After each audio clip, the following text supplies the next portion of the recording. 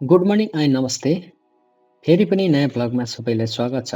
आजको भ्लग बिहारको वैशाली जिल्ला स्थित भगवान गौतम बुद्धको स्तूपको बारेमा हुनेछ। अहिले चाहिँ हामी बुद्ध स्तूपको मेन गेटमा आइपुगेका छौँ। अब यहाँदेखि हामीले फ्री अनलाइन टिकट काटेर भित्र प्रवेश गरिसकेका छौँ।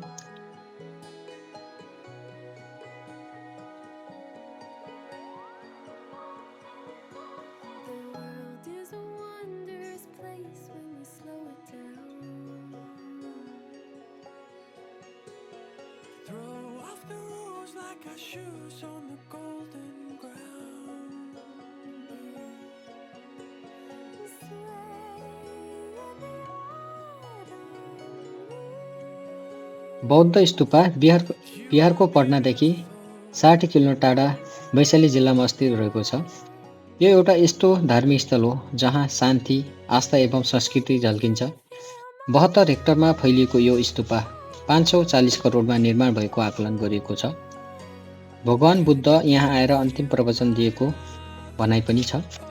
यस स्तूपको उद्घाटन समारोहमा लगभग 15 देशका भिक्षुहरू सामेल भएका थिए रे। यस स्तूपमा राजस्थानी ढुङ्गाको प्रयोग भएको देखिन्छ, जो ढुङ्गा अयोध्यामा राम मन्दिरमा पनि प्रयोग भएको छ।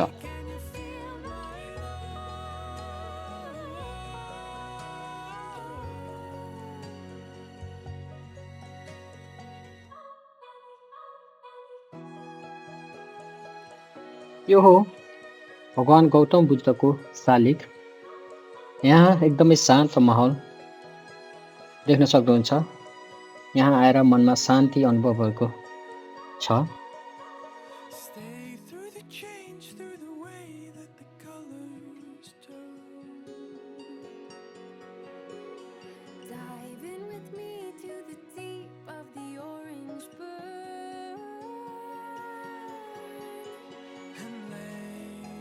हामी चाहिँ यो गेटबाट अब बाहिर नेक्स्ट फ्लोरको लागि जानलाई बाहिर निस्क्यौँ। बाहिरको केही दृश्य देख्न सक्नुहुन्छ, एकदमै राम्रो छ।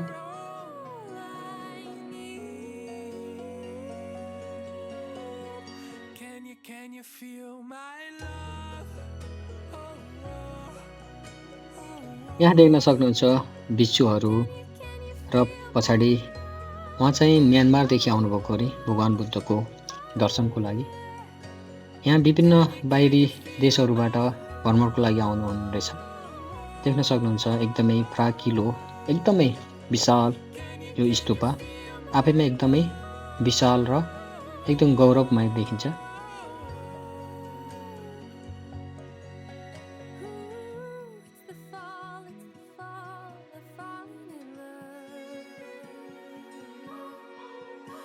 अब चाहिँ हामी विशेष ठाउँमा जाँदैछौँ जहाँ भगवान बुद्धको अस्थि कलश राखिएको ठाउँ हो।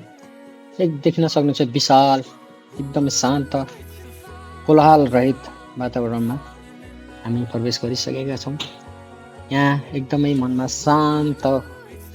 शान्तिको अनुभूति हुन्छ। विभिन्न ठाउँबाट आएको भक्तजनहरू यहाँ भगवानको अस्थि कलशलाई दर्शन गर्दै हुनुहुन्छ। देख्न सक्नुहुन्छ सबै आफ्नो भगवानप्रति एकदमै भगवानको दर्शन गर्दै हुनुहुन्छ। यो बीचमा देख्न सक्नुहुन्छ जो सिसाले बनेको सिसाको त्यहाँभित्र भगवानको अस्थि कलश राखिएको छ। विशेष गरेर यो अस्थि कलशको लागि मानिसहरू टाढा टाढादेखि दर्शन गर्न यहाँ आउनुहुन्छ।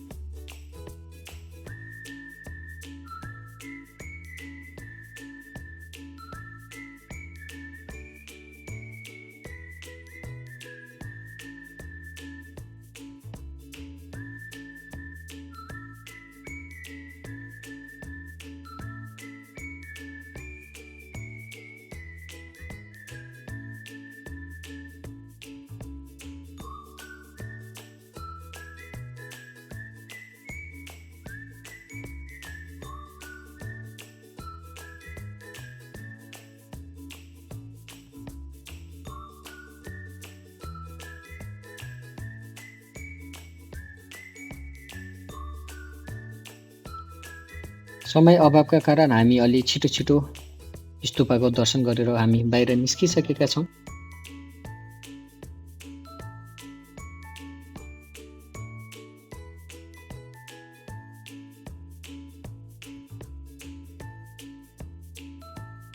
तपाईहरू पनि एकचोटि आएर भगवान बुद्धको बुद्ध स्तूपको दर्शन गर्नुहोला। एकदमै मनमा शान्ति अनुभूति हुनेछ। हामी समय अभावका कारण अलि राम्रोसँग घुम्न पाएनौँ। आजको भ्लग तपाईहरूलाई कस्तो लाग्यो? जस्तो लाग्यो त्यस्तै प्रतिक्रिया दिनुहोला।